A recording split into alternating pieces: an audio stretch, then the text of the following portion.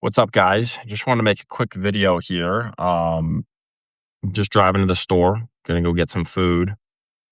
Hung with my daughter all day, and I decided, you know what? Let's make a video on some of the drawbacks of high ticket sales, and over my 2 years in the industry so far, and over 6 years of sales experience, how that actually looks, and what are some of the things that nobody talks about. So, if you guys don't know me, my name is Jonathan. I've been in sales for the past 6 years, ever since I was 18, and I've been in high ticket sales as a closer for the past 2 years full time. It's been great. There's been, I've made over $500,000 in that 2 years. I've built a lot of relationships, and I've learned a lot. Most importantly, about how marketing works and higher ticket sales, obviously, as the name suggests. So if you guys have never closed in high ticket sales, or if you are a closer and you're new to the space, these are some things to look out for. And ultimately, the first one that I'll start out with is the inconsistency. A lot of it is based on the influencer. So if that influencer doesn't sell, or if that influencer doesn't actually post videos that week, or cuts off marketing because they want to save up and buy a house, or whatever the reason is, that can mean no calls for you for a couple weeks, or a month or two of barely any calls, maybe like 2 to 3 calls a day compared to like the 10 to 12 that you're used to. And that could really hit you hard, especially if you're used to being a high performance closer and you're used to just staying in a rhythm. That could really break your rhythm. Some people, it puts them into a slump. That's never affected me too much, and I'm very grateful that I was able to consistently make 20 grand a month every single month in high ticket. So that's been fantastic. But other factors, even if the influencers is going super hard, if the niche that they're in takes a nosedive, even if they have the best brand in the world, it's still going to affect your calls. And that kind of segues into the second piece that is tougher. It's really the ugly side of high tickets. It's commission only. There is no base. And so as a closer, it's your responsibility to save up. So those drier months where there's not as much cash coming in, you're able to live off your reserves. And God forbid you're able to, lose your job, unfortunately, have enough saved for once you get your next position or start your own company, that sort of thing. So those are really the top two and main sucky things about the industry. Now, when we get into the larger at scale stuff that not a lot of people talk about, it is great to have commission. And don't get me wrong, I would never work an hourly job. Like, it is just the worst thing imaginable in my mind to work an hourly position and get paid the same amount every month. Like, I would just be so lazy and I would have zero drive.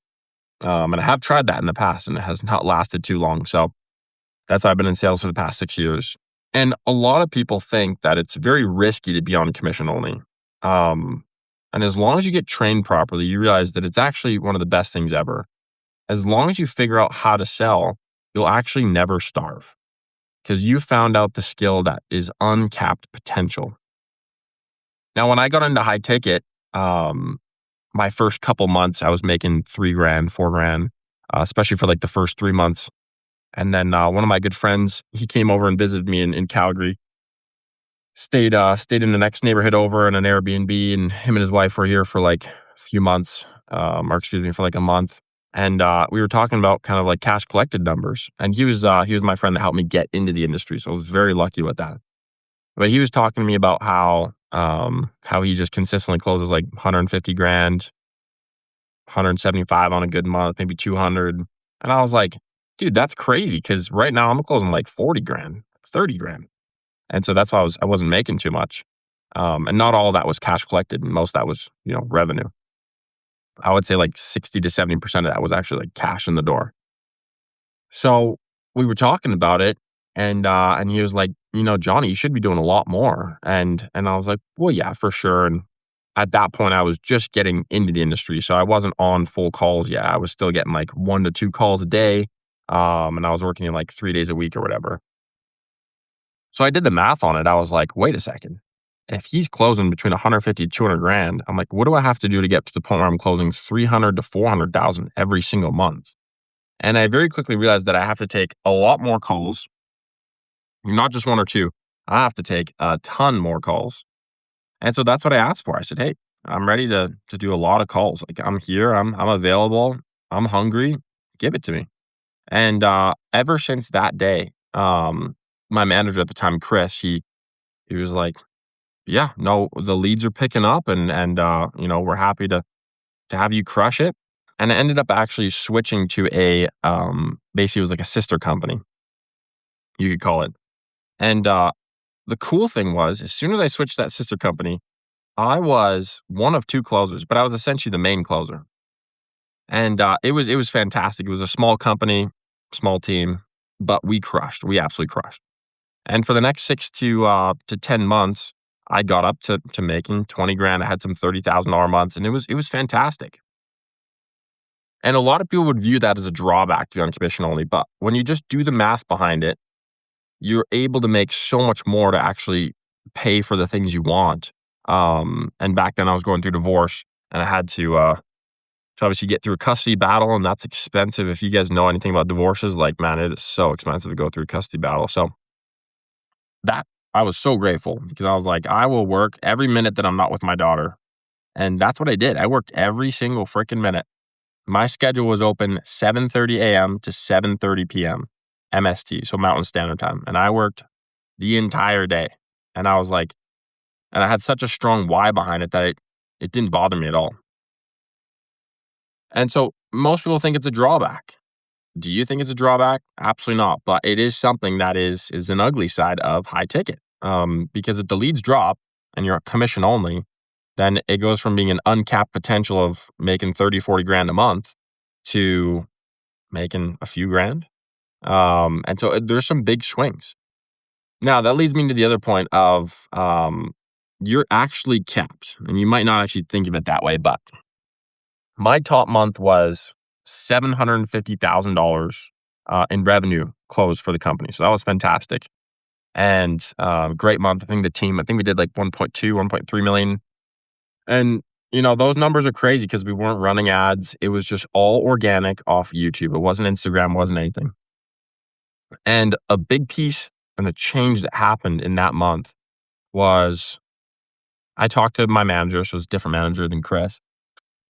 I talked to him and I was like, man, these leads still want to buy. Like they want to buy stuff. We shouldn't not have any upgrades to sell them beyond the normal upgrade because we did have one upgrade and that was going good. Like, most people upgraded to that, but it was cheap. It was like a $2,000 upgrade.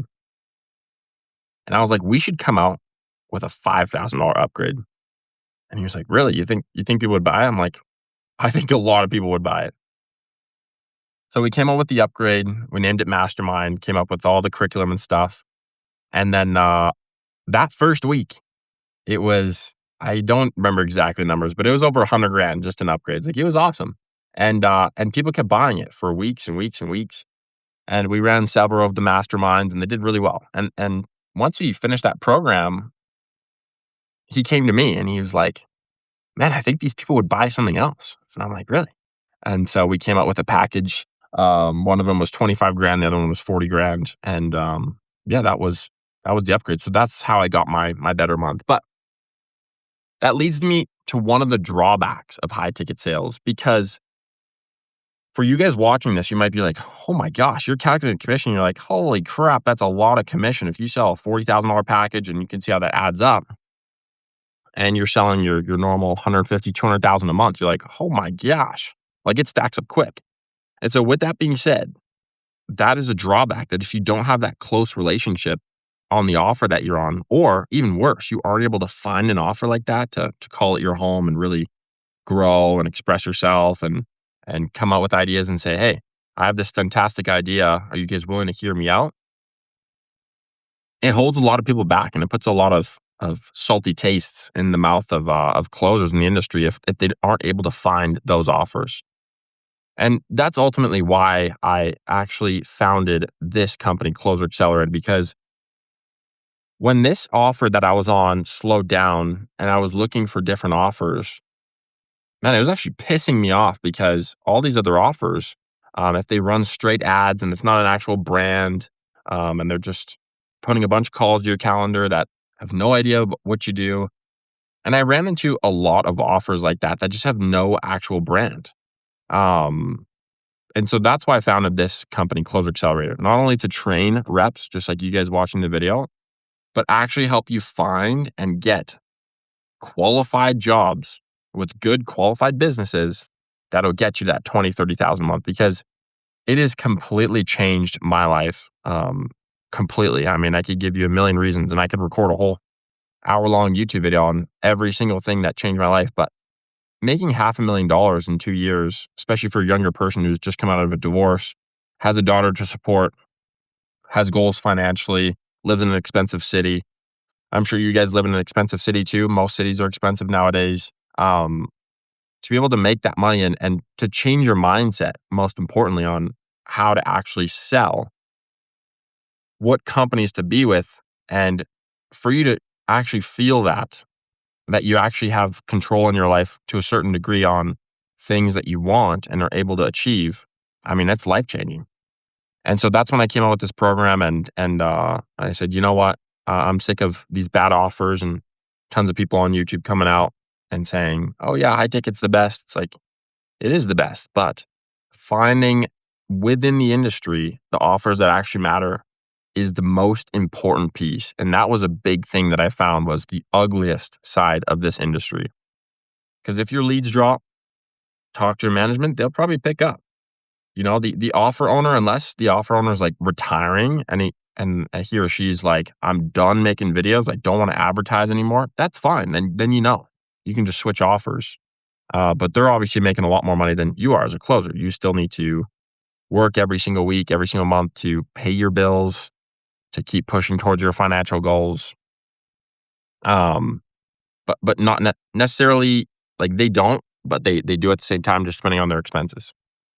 But the ugliest side is getting onto a bad offer that you're only making like 3,000, 4,000 every single month, and there's no upside. Because I would rather that you guys don't take an offer like that at all than wait and be on a good offer. Because if you're taking a bad offer, you're going to learn marketing the wrong way. You're going to learn how to sell the wrong way. So that's why when you go through my program, you learn how to sell and you learn how to spot good offers and look at their branding and their marketing and their funnels and see if they're just running ads or if they're doing a good mix of Instagram, YouTube, and ads and X. Then you're going to see very quickly what is an actual good offer and what is an offer that you have to avoid. Because if you're learning from a bad offer, it's going to put a very salty taste in your mouth. So hopefully you guys enjoyed this video. If you guys have any questions, leave them down below in the comments. Let me know your experience in the industry. But if you guys want a position in this industry that's a good vetted position, apply with the link down below and speak with one of my team members to see if we can help you, train you, and place you in a position. We don't work with everybody just because we want to make sure that we're actually being upfront and honest with you. If we think you're going to be good in the industry, so you have to be well-spoken, you have to have stable internet connection, a good background, like simple things like that. But as long as you have those things, apply down below and we'd love to help you. There's a full training program that's built on you knowing every single thing on how I made $500,000 in 5 years and the biggest things to avoid as well. And these are things, instead of wasting a year or two figuring it out all on your own, you're just cutting the speed. Cut the check for speed, learn it all. And then when you're on an interview with those business owners, they know you're legit. You did the training, you're ready to crush it for them, and you're there to physically start making money for them right away instead of learning and training. But hopefully you guys enjoyed that. We'll see you guys in the next one. Peace.